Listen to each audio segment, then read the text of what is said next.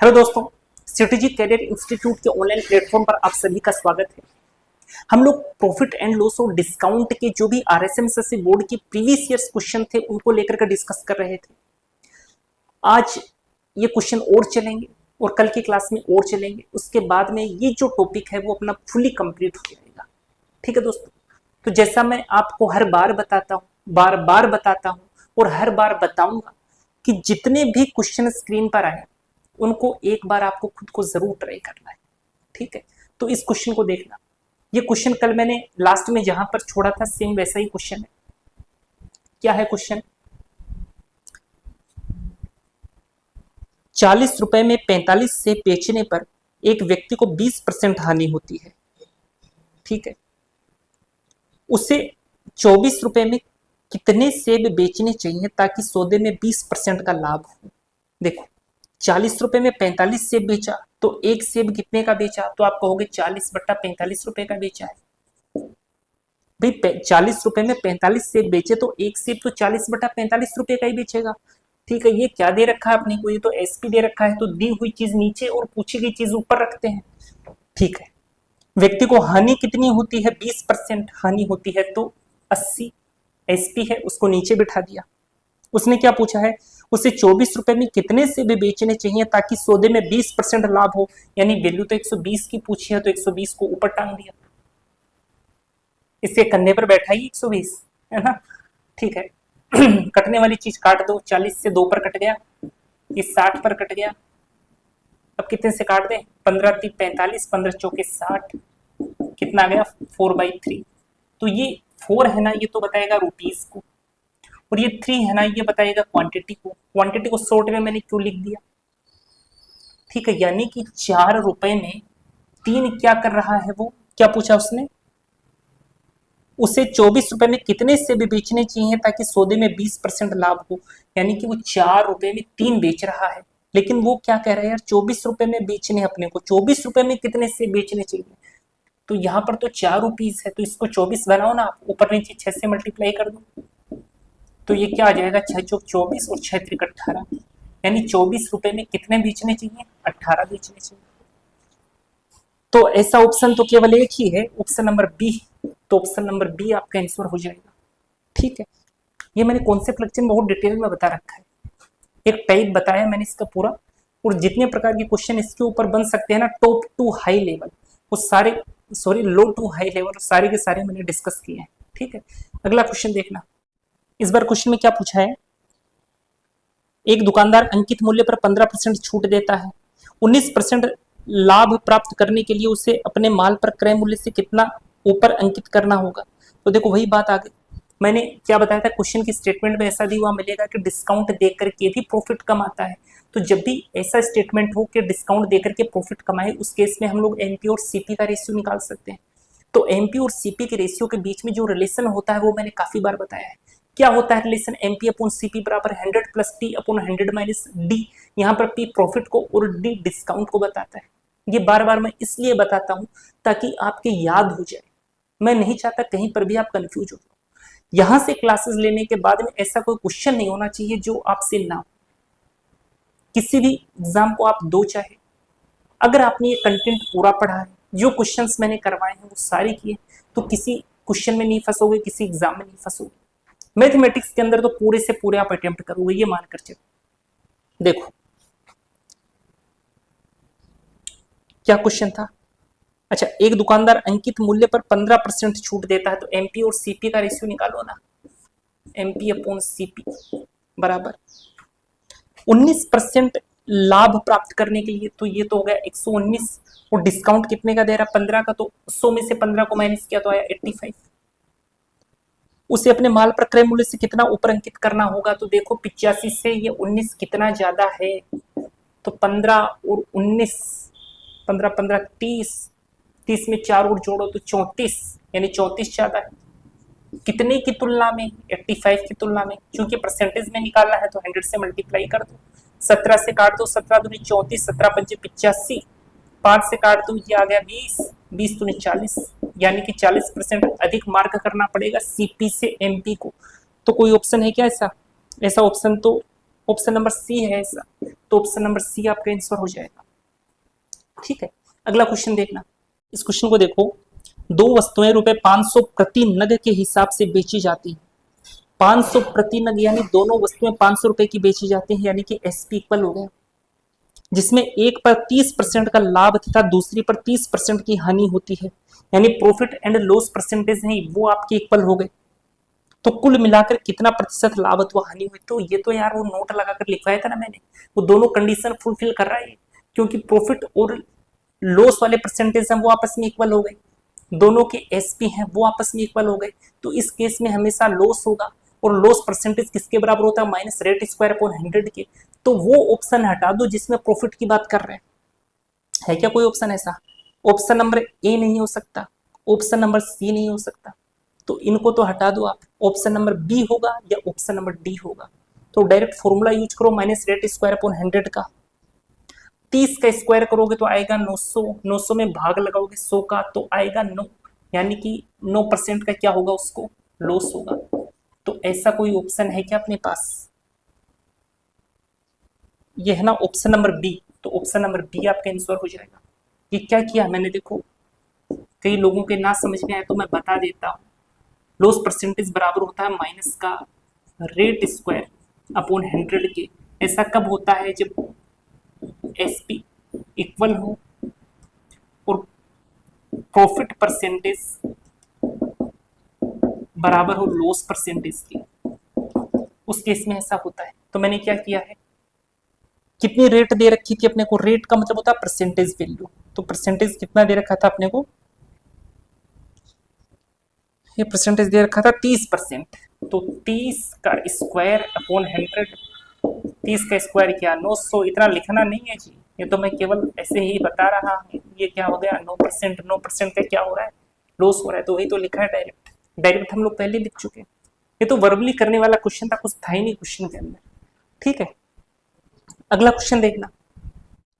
अच्छा, क्या पूछा क्वेश्चन में? एक दीवार घड़ी का अंकित मूल्य क्या होगा यदि उसका क्रय मूल्य 380 है एवं 5% छूट देने के बाद 25% लाभ होता है। ये इस थीम के ऊपर काफी सारे सवाल आ रहे हैं, आप नोटिस करना।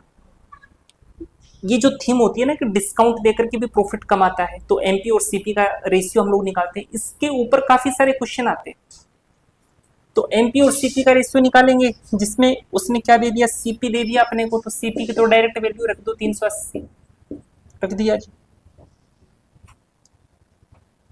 25% का लाभ तो 125 अपॉन 5% की छूट यानी कि 95।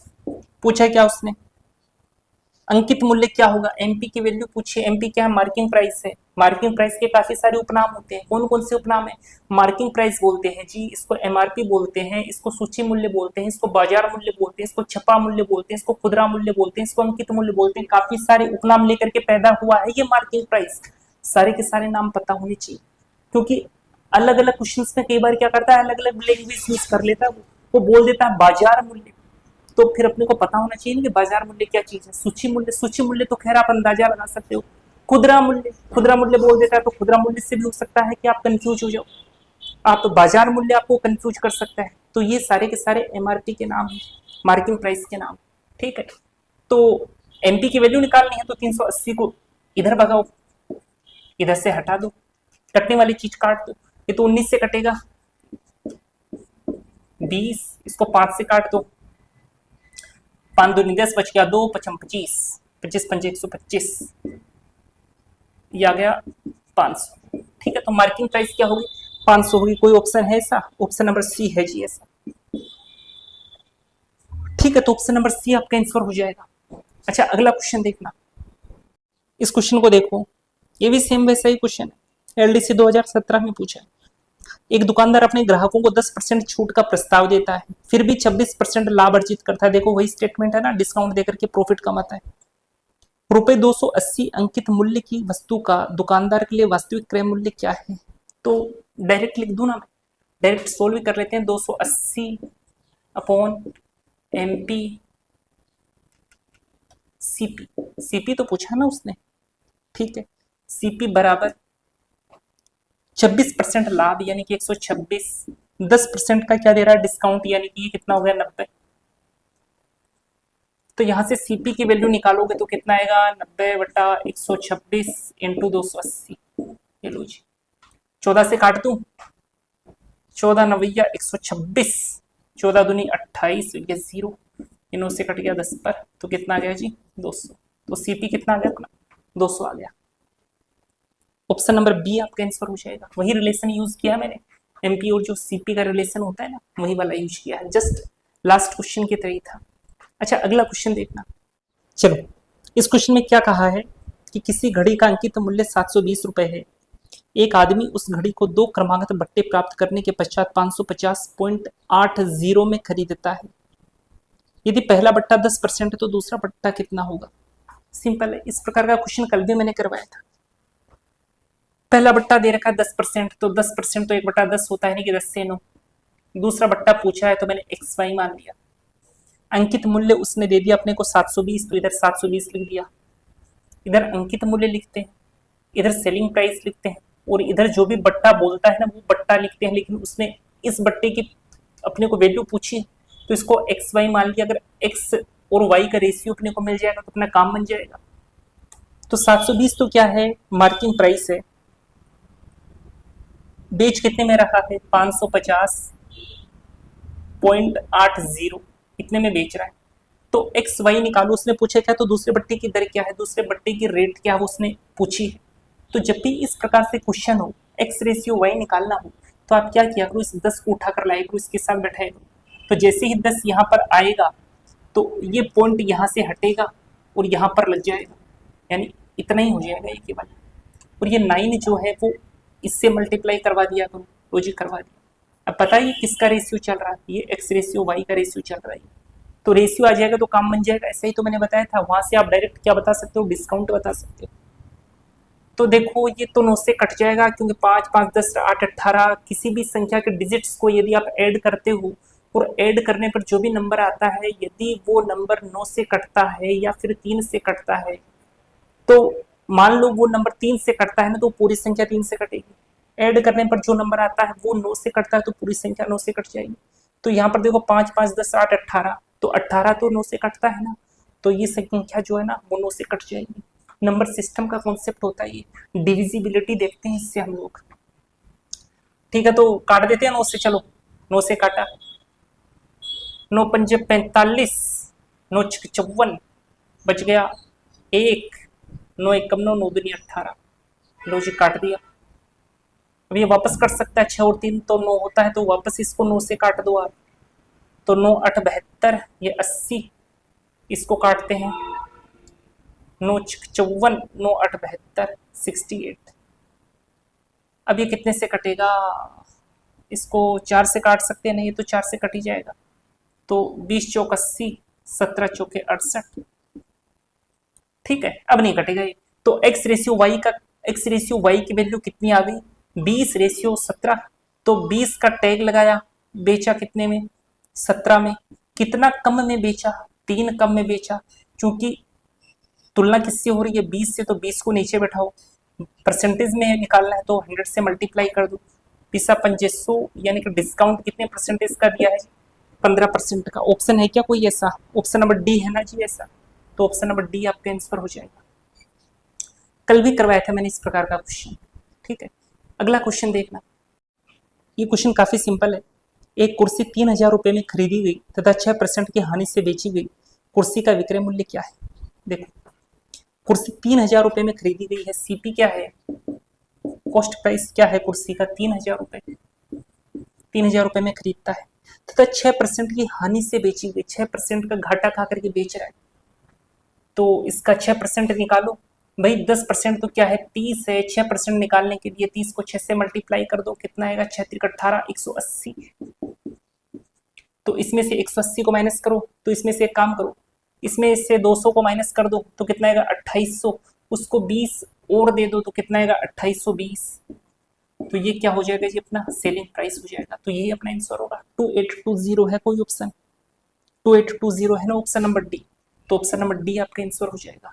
भाई घाटे की तो बात की हो ना उसने ये तो बोला ना 6% की हानि से बेची गई, तो इसका 6% निकाल लिया।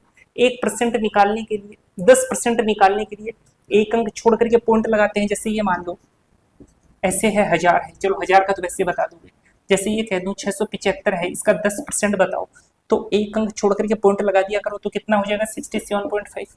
यदि मैं आपसे कहूँ कि इसका 1% बताओ, तो 1% कैसे बताओगे, 2 अंक छोड़ करके पॉइंट लगा दो। तो इसका 1% निकालना है तो कैसे बताओगे, 6.75, 2 अंक छोड़ करके पॉइंट लगा दिया। ठीक है, तो वैसे ही तो यहाँ पर किया है, उसने कितना परसेंट बोला था, 6%, तो इसका 1% निकाला, उसको 6 से मल्टीप्लाई कर दिया। ठीक है, तो ऑप्शन नंबर डी आंसर हो गया। अगला क्वेश्चन देखना दोस्तों, जहां से ये क्लासेस होती है ना, उसके आसपास का एनवायरनमेंट कुछ ऐसा है कि नॉइज काफी ज्यादा आती है। तो चाहे आप कितनी भी अच्छी क्वालिटी का माइक यूज कर लो, नॉइज आएगी ही आएगी, उसको आप रिमूव कर ही नहीं सकते, डिस्टोर्शन तो आ ही जाता है। तो जब भी ऐसे मुझे सुनाई पड़ता है कि यार कोई ट्रेन आ गई, या फिर कोई माइक से आते ना सुबह सुबह कचरे वाला आया घर से कचरा निकाल, या फिर कबाड़ी, इधर से जो कबाड़ी जाता है वो भी मतलब कि माइक का यूज करता है कि कोई भी कबाड़ हो वो आप बेच दो, तो डिस्टोर्शन तो खैर आता ही है क्यों, और अपने पास अभी फिलहाल इतने रिसोर्सेज भी नहीं, लेकिन कंटेंट आपको A1 मिल रहा है दोस्तों, ये मानकर चलो। ठीक है, तो एक बार आप भी मैनेज करो। मैं भी जब ऐसे दूर से मुझे सुनाई देती है ना कि हाँ भाई कचरे वाला आ गया है, कचरा निकाल, ऐसा बोल रहा है, तो जैसे ही मुझे थोड़ी बहुत सुनाई पड़ती है ना, तो यहाँ से क्वेश्चन करने की स्पीड थोड़ी बढ़ जाती है कि यार जब तक उसके माइक की आवाज़ अपने रिकॉर्डिंग सिस्टम में पहुंचे, उससे पहले इस क्वेश्चन को निपटा दो। तो आपने देखा भी होगा, फील किया होगा, लास्ट में जाकर के स्पीड काफ़ी फास्ट हो जाती है। तो ऐसा कुछ मजबूरियां है, करना पड़ जाता है। ठीक है दोस्तों, अगला क्वेश्चन देखना, आप भी मैनेज करो, थोड़ा डिस्टर्ब तो खैर ये करते ही हैं। चलो क्वेश्चन देखो, क्वेश्चन क्या है, किसी साइकिल के अंकित मूल्य पर 10% का बट्टा देने पर एक दुकानदार को 25% का लाभ होता है। यदि उसने 20% का बट्टा दिया होता तो उसका लाभ परसेंटेज कितना होता। फायरमैन में पूछा है 2022 में। करने के काफ़ी सारे तरीके हैं, लेकिन जो 2 तरीके हैं वो सबसे बेस्ट है। तो एक तरीका मैं बता देता हूँ, और इस प्रकार के क्वेश्चन को करने के जो दोनों तरीके हैं ना, मैंने वो तकरीबन परसों की क्लास में भी मैंने बताए, तो यहाँ पर केवल एक ही तरीका मैं डिस्कस करूंगा। ठीक है, देखो, अंकित मूल्य पर 10% का बट्टा देने पर मार्किंग प्राइस और यहां पर सेलिंग प्राइस की बात करें, 10% का बट्टा दिया है, यानी कि 100 का टैग लगाया है और 90 में बेचा है। ठीक है, अंकित मूल्य पर 10% का बट्टा देने पर दुकानदार को 25% का प्रॉफिट होता है। प्रॉफिट के लिए तो हमेशा सीपी और एसपी की बात करते हैं, और कितने परसेंट का हो रहा, 25% का, 25% तो 1/4 होता है, तो 4 से 5 में बेचा। ठीक है, तो पहले सीपी कैलकुलेट कर लें, ताकि एसपी तो अपने को मिल ही जाएगा, सीपी मिल जाएगा, सीपी निकाल लेंगे, एसपी दिया है तो वहां से इजीली प्रॉफिट या लॉस परसेंटेज बता पाएंगे। तो देखो, ये एसपी तो इसके बराबर है, तो 90 के बराबर कौन है जी, 5। चूंकि सीपी निकालना है तो 4 से मल्टीप्लाई कर दो, तो यहाँ से कितना आ जाएगा, अपना सीपी आ जाएगा। काट दो इसको, 18 पंजे 90 होता है, 18 चुक 72, तो सीपी कितना आ गया जी, 72 आ गया। उसने आगे क्या कहा अपने से, यदि उसने 20% का बट्टा दिया होता, अब ये अपनी जबान से फिर रहा है कि क्या बोल रहा है, मैं 10% का नहीं दूंगा, 20% का बट्टा दूंगा। पहले तो 100 का दे, मार्किंग प्राइस तो 100 थी, बट्टा कितना दे रहा, 20% का, यानी बेच कितने में रहा, 80 में। तो ये अपने पास क्या आ गई जी, सेलिंग प्राइस आ गई। तो उसका लाभ परसेंटेज कितना होगा। ठीक है, पहले 10% का दिया था, अब 20% का बट्टा दिया होता तो उसका लाभ परसेंटेज कितना होता। ठीक है, तो एसपी कितना गया, 80 आ गया। तो 72 में खरीदा है, 80 में बेच रहा है, कितने ज्यादा में बेच रहा है, तो साफ साफ दिख रहा है 8 ज्यादा में बेच रहा है। कितने की तुलना में, 72 की तुलना में। परसेंटेज में निकालना है तो 100 से मल्टीप्लाई कर दो, तो 8 नवैया 72, 1/9 इंटू 100 है, और 1/9 इंटू 100 तो मैंने आपको बता रखा है किसके इक्वल होता है, तो देख लो आप, ये बराबर होता है आपका 9 सही 1/11%, सॉरी ये कितने के बराबर होता है, 11 सही 1/9%। ठीक है, ऐसा कोई ऑप्शन है क्या अपने पास, ऑप्शन नंबर सी ऐसा ही है। तो यहां पर जब मैंने आपको ये फ्रैक्शन टेबल करवाई थी, वहां पर मैंने एक चीज बताई थी कि जब भी अपोन में 9 आता है ना, हमेशा 11 की टेबल चलती है। जब भी अपोन में 11 आता है ना, तो हमेशा 9 की टेबल चलती है। जब भी अपोन में 7 आता है ना, हमेशा 14 की टेबल चलती है। ये सारी की सारी चीजें मैंने आपको बता रखी हैं। तो ऑप्शन नंबर सी क्या है? ऑप्शन नंबर सी अपना आंसर हो जाएगा। अच्छा, एक तरीका और बताऊं क्या मैं आपको? चलो बता देता हूँ, दूसरा तरीका भी देख लो आप लोग। मैं चाहता हूं कि तरीके आपको सारे आ जाएं, कहीं आप उलझो ही नहीं, सिलेक्शन आपका हो जाए, माता पिता के सपने भी साकार हो जाए, लाइफ आपकी सेट हो जाए। देखो, दूसरा तरीका बता दूं। दूसरा तरीका तो ये है कि कॉस्ट प्राइस को आप मान लो 100। तो इसमें स्टेटमेंट तो ऐसी बात बोली है ना कि अंकित मूल्य पर 10% का बट्टा देने पर दुकानदार को 25% का लाभ होता है ना, डिस्काउंट दे करके भी प्रॉफिट कमाता है। तो आप एनपी और सीपी का रेशियो निकाल दो। तो सीपी तो कितना है? 100। प्रॉफिट कितना होता है? 25% का, तो ये हो गया 125। और 10% का बट्टा दिया है, तो ये हो गया 90। इस 100 को इधर मल्टीप्लाई कर दो, कर दिया जी मल्टीप्लाई। तो ये अपने पास क्या आ गई? मार्किंग प्राइस आ गई। सीपी अपने पास 100 है। अब उसने क्या कहा है, यदि उसने 20% का बट्टा दिया होता तो जो छूट दी जाती है वो तो हमेशा मार्किंग प्राइस पर ही दी जाती है। तो इस पर 20% का बट्टा देगा तो इसको कितने का बेचेगा? इतने का ही तो बट्टा आएगा ना, 80/100। लेकिन अब ये मार्किंग प्राइस थोड़ी ना रहेगा, ये तो बहुत बड़ा बहरूपिया है। जैसे ये डिस्काउंट मिलता है, मार्किंग प्राइस अपना रूप चेंज करके सेलिंग प्राइस बन करके बैठ जाता है। अब इसको सोल्व कर लो, सोल्व कर देते हैं जी। 100 से 100 गया, 10 नवैया 90, 10 8 80।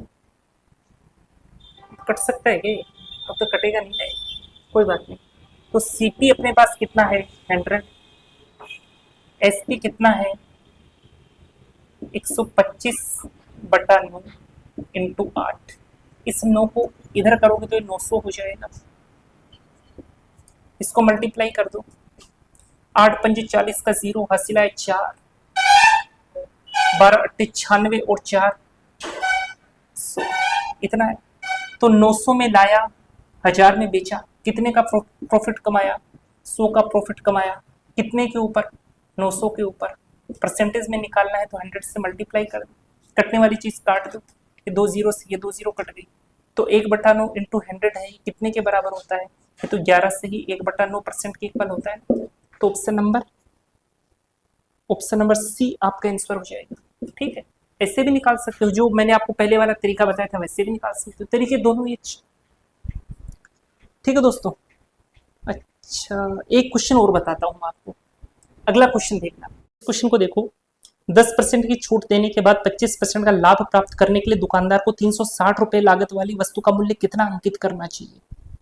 कुछ नहीं है, क्वेश्चन में वही स्टेटमेंट है, छूट देकर के भी क्या कमा रहा है? प्रॉफिट। जब भी छूट देकर के प्रॉफिट की बात करें तो एमपी और सीपी किसके इक्वल होते हैं? 100 plus P upon 100 minus D. जहां पी प्रॉफिट को, डी किसको बताता है? डिस्काउंट को बताता है।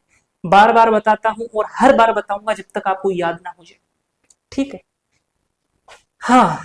तो उसने क्या दे दिया? दुकानदार को 360 रुपए लागत वाली वस्तु का मूल्य कितना अंकित करना चाहिए? सीपी तो उसने दे दिया, एमपी उसने पूछा। डायरेक्ट लिख दूं क्या मैं डायरेक्ट लिख देता हूं। देखो, प्रॉफिट कितने का है? 125 का, 25% का तो 125 हो गया, 10% की छूट यानी 90 हो गया। सीपी उधर जाएगा, सीपी कितना दे रखा? 360 ही 360। इस 0 से इस 0 को काट दिया, 9 चौक 36, 5 चौक 20 का 0 हासिल है 2, 12 चौक 48 और 2 50, 500 आएगा जी आंसर। तो ऑप्शन नंबर बी आपका आंसर होगा। ठीक है, आज नॉइज कुछ ज्यादा ही है दोस्तों बाहर, इतनी रखेंगे आज की क्लास। ठीक है, क्लास आपको कैसी लगी कमेंट बॉक्स में जरूर बताइएगा। यदि कोई डाउट आता है तो कमेंट बॉक्स में पूछ सकते हैं।